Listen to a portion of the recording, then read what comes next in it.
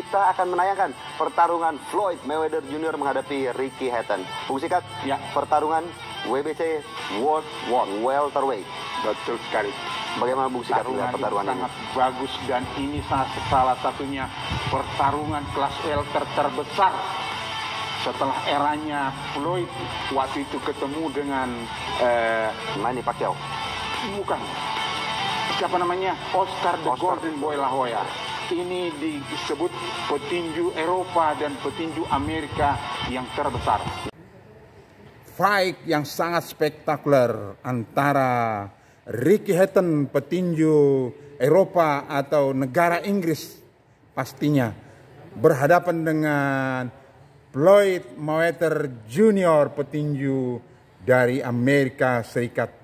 Ini pertarungan yang sangat luar biasa, pertarungan yang benar-benar membara karena jagoan Eropa yang diwakili negara Inggris berhadapan dengan petinju licik dari Amerika Serikat, yaitu Floyd Mayweather Jr., petinju yang sangat licin, susah dipukul dan susah digempur, dan dia selalu berlari dan merangkul. Itu strategi shoulder block yang diperankan oleh seorang Floyd Mayweather Jr.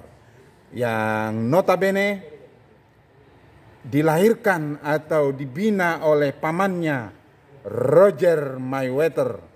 Kenapa Roger Mayweather paman dari Floyd Mayweather yang membangkitkan semangat tinjunya? Karena kala dia masih remaja, orang tuanya Floyd Mayweather Senior itu berurusan dengan penjara karena info obat-obat yang terlarang. Namun berkat asuhan pamannya Roger Mayweather yang sudah almarhum, Floyd Mayweather menjadi bintang yang sangat besar dan sangat kesohor. Dia seakan tidak akan pernah kehabisan strategi untuk mempromosikan dirinya. Dan baru-baru ini dia masih melemparkan animo pertarungan eksebisi. Dia membuka peluang kepada Victor Ortiz yang dulu sangat kontroversial pernah dikalahkan, dan di tahun 2024 ini dia memberikan peluang agar Victor Ortiz kembali bertarung eksebisi menghadapi Floyd Mayweather Jr., petinju terkaya yang berbagai julukan telah dia sandang, mulai dari pertama namanya The Manny, kemudian Pretty Boy, dan sekarang TBE, The Best Ever. Kurang lebih begitulah julukan dia yang saat ini, The Best Ever. Artinya yang terbaik, itu yang dia berikan namanya, karena pasca dia sudah berhenti dari fight yang sesungguhnya, karena dia sekarang beralih menjadi petinju eksebisi, termasuk dengan petinju YouTuber Logan Paul. Dia memakai moto di atas ring itu, bekerja cerdas tanpa harus benar-benar kerja keras. Nah, karena dengan eksebisi dia tetap mendapatkan bayaran yang multi jutaan dolar. Dia petinju termasuk yang tertinggi mendapatkan bayaran di jagat raya pentas ring tinju. Dia berhasil memukul KO Ricky Hatton di ronde yang ke-10. Karena yang kita katakan, dia berhasil memancing emosi dari Ricky Hatton. Ricky Hatton sebenarnya unggul di dalam pertarungan ini. Dia berupaya terus untuk menghajar Floyd Mayweather, namun wasit Joe Cortez ini sedikit berpihak kepada Floyd Mayweather, sehingga seorang Ricky Hatton kesal dan emosional dan peluang itu dimanfaatkan oleh Floyd Mayweather Jr. Kita nantikan gebrakan apa yang akan kembali diberikan oleh Floyd Mayweather Jr. di tahun 2004 ini. Benarkah dia akan bertanding atau bertarung kembali dengan seorang Victor Ortiz yang notabene dia pukul KO dengan sangat-sangat kontroversial dan membangkitkan peraturan tinju yang sudah baku, yang sudah lama. Lindungi diri Anda setiap saat di atas ring sehingga dia dimenangkan ketika sebenarnya pertandingan dengan Victor Ortiz belum benar-benar in fight, namun dia memanfaatkan momen emosional karena seorang Victor Ortiz melakukan sundulan headbutt yang membuat dia terpaksa harus dipotong angka Victor Ortiz. Dan demikian halnya dengan Ricky Hatton, mendapatkan pemotongan angka karena dianggap memukul bagian belakang kepala Floyd Mayweather yang sebenarnya tidak demikian, sehingga kesempatan itu yang dimenangkan oleh, kita lihat,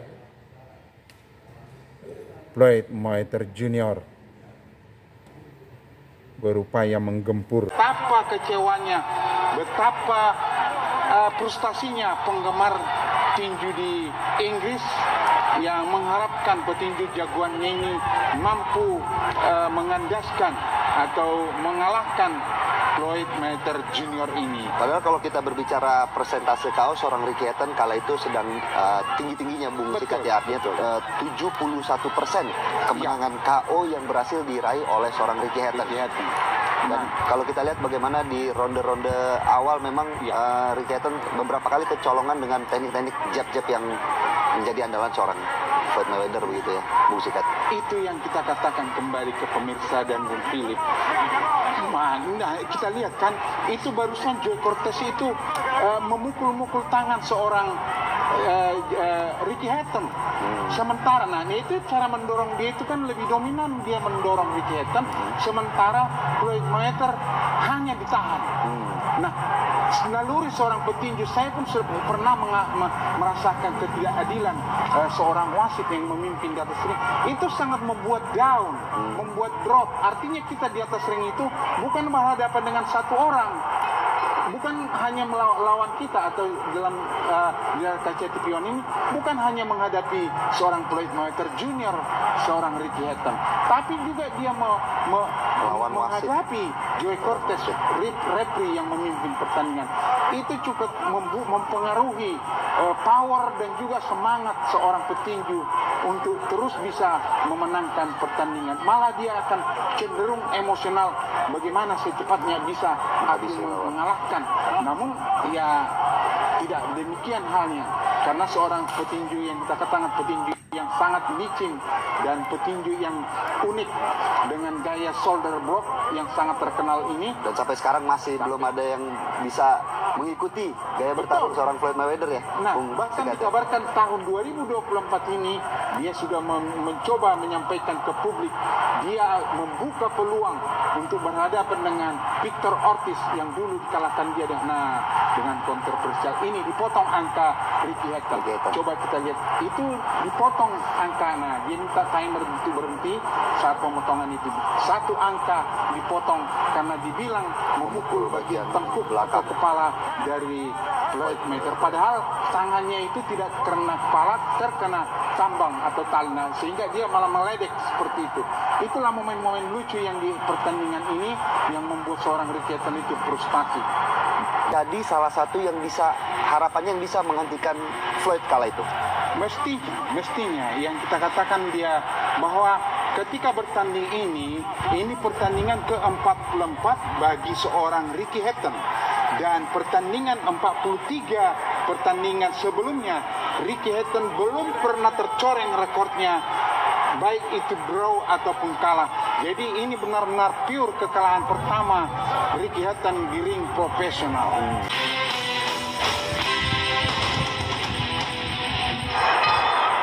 Kembali lagi di Best World Boxing TV One, pecinta Sport One. Anda tengah menyaksikan pertarungan antara Floyd Mayweather Jr. menghadapi Ricky Hatton yang saat ini telah memasuki ronde ke-8. Ya. Bung Sikat, Ya.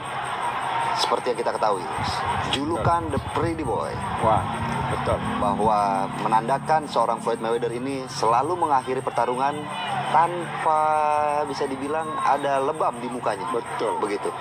Mungkin satu-satunya lawan yang pernah membuat wajah dari seorang Floyd, bahkan gigi ya, bisa dibilang gigi dari seorang Floyd Mayweather adalah Marcos Rene Maidana ketika straight yang dilakukan oleh seorang Maidana sempat menghilangkan salah satu gigi dari Floyd Mayweather. Tapi The Pretty Boy memang begitu licin untuk dipukul lawan, apalagi di pertarungan ini sekelas Ricky Hatton juga kesulitan bermusikan.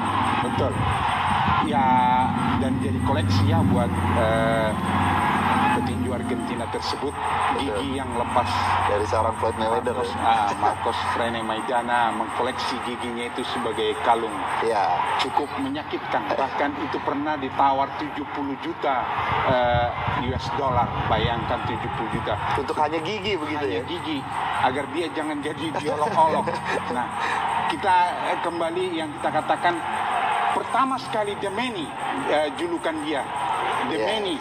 Baru kembali yang tadi The Pretty Boy. Pretty Boy. The Pretty Boy itu menandakan bahwa dia selalu berwajah mulus sehabis bertandingan, tidak babak belur layaknya yang benar-benar berjibaku di atas ring. Tapi banyak duit juga Iya. bisa dibilang langsung The Pretty Boy begitu ya Bung Sikat. Walaupun Betul. nggak pretty-pretty banget sebenarnya Floyd. Begitu Bung Sikat ya. Yang penting Iya. banyak duit dulu. The money itu dulu. yang penting ya. The Money. Baru yang terakhir yang sekarang ini TBE, The Best Ever. The Best Ever. Nah, dengan kata The Best Ever ini, The Money, Floyd Mayweather. The Floyd Mayweather ini memberikan perkataan di atas ring, the boxing ring is not a place to seek perfection. Nah, artinya kalau kita bahasa Indonesia kan, ring tinju bukan tempat untuk mencari kesempurnaan. Maka dia bikin gelar dia TBE, The Best Ever. Yang penting yang terbaik. Yang terbaik dalam arti itu ya pemenang, itu kurang lebih itu. Dan dia juga dengan banyaknya cemoohan ataupun kritik di atas ring, dia hanya mengatakan 50% of respect, 50% of hater. Jadi kalau terjemahkan, saya hanya membutuhkan 50% respect dari masyarakat dan biarkan 50% yang membenci saya. Itulah perkataan-perkataan dari seorang The Best Ever ini. Dan sekarang juga dia mempunyai sebutan selepas dia tidak bertanding lagi. Ini pukulan bagus tadi, nanti kita ulas. Dia tidak lagi benar-benar bertinju seperti ketika berhadapan dengan Ricky Hatton. Dia memberikan slogan bekerja cerdas, tidak harus bekerja keras, sehingga dia hanya bermain eksebisi-eksebisi yang juga bayarannya sampai 100 juta US dollar. Gak tahu lagi kita berapa banyak itu dirupiahkan, berapa triliun kalau sampai 100 juta US dollar itu. Nah, begitulah. Bahkan hanya untuk berkunjung ke suatu negara pun dia, ke negara Asia, ada beberapa, dia mendapatkan bayaran sampai 30 juta US dollar. Dia hanya dibayar sekedar datang ya. Sekedar datang saja begitu. Iya, hanya datang berkunjung dengan ada momen tertentu, dia dibayar 30 juta US dollar. Yang pertandingan kelas berat belum tentu mendapatkan bayaran 30 juta US dollar petinju yang bertanding. Dia hanya berkunjung. Jadi magnet yang dimiliki seorang Floyd Mayweather ya. Begitu besar ya. ini sangat luar biasa. Kemanapun dia melangkah, kayaknya duit terus saja. The Duit money, saja. the money. Bahkan dia pernah berhadapan dengan Oscar de la Hoya, orang tuanya Floyd Mayweather Senior tidak dipakai dia sebagai pelatih, malah melatih di sudut ring Oscar de la Hoya. Dia hanya dipegang oleh pamannya Roger Mayweather yang pertama sekali membawa dia menjadi petinju dan membina, karena orang tuanya ini dulu berurusan dengan obat-obatan terlarang sehingga tidak membina dia di usia remajanya. Baik, terima kasih Ya. Bung Sikat atas ulasannya. Pencinta Sport One.